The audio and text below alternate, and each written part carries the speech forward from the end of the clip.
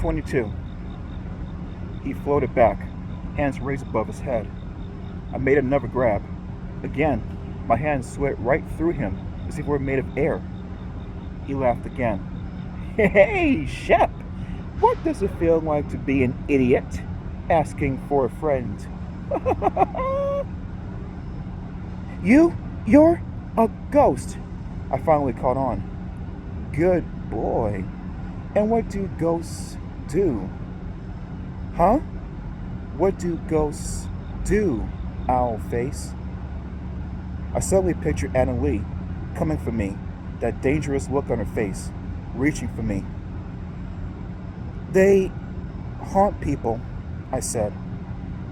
Slappy floated up until he was 3 or 4 feet in the air. He hovered over me, his eyes now spinning wildly. You killed me, Shep, he repeated. Now I have no choice. I'm a ghost, and I'm going to haunt you forever. No, listen, I pleaded. I'm sorry. Don't be sorry, Shep. Be happy that you've made a friend for life. Just think, I'll always be there. He laughed again. The cold, raspy laughter sent a shudder down my whole body. I heard the crunch of footsteps behind me. I turned back to see Mr. Hassett and Mrs. Hernandez hurrying toward me. Shep, what are you doing out here? Hanson called. I spun around. Slappy's ghost had vanished. I thought I saw something, I stammered. Are you okay? Why are you out here in the cold? Mrs. Hernandez demanded. She took my arm. Come inside, Shep. Do you want to see the nurse? Shep had a strange outburst in class, Hanson told her as we made our way back into school. He screamed at Mary Jane Dewey, who was just next to him. He screamed for her to go away.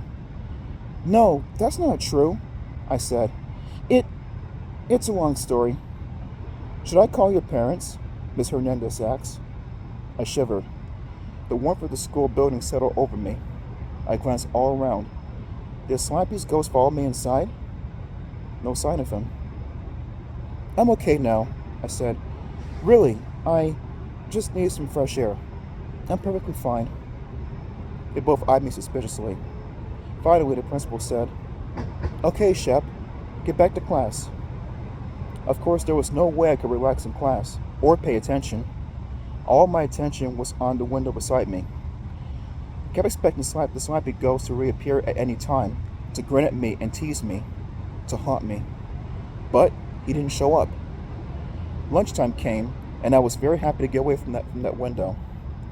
As I carried my lunch back to the lunchroom, I thought about Carlos. I hoped he wasn't too sick. I needed him. I needed him to help me think of a way to get rid of Slappy's ghost. I saw Mary Jane Dewey at a table in the back. She was surrounded by Courtney Levitt and Don Meadows and some of her other friends. I think she was deliberately not looking at me. I decided to go over to her table and apologize. I knew I ruined my chance to be her friend. I shouted at her and told her to go away. At least, that's what she thought. I stepped up to her table. Mary Jane pretended to be interested in what was in her lunch bag. Courtney had a big bowl of spaghetti in front of her. Dawn was starting to fork up a big slice of custard pie. I suddenly lost my nerve. I wanted to apologize to Mary Jane, but all the words had left my head. They were staring at me in silence, waiting for me to say something. How's the spaghetti? I said to Courtney. Not bad, she said. And then the spaghetti bowl raised up, it lifted off the table, it floated up by itself, and flew onto my head. Oh, wow.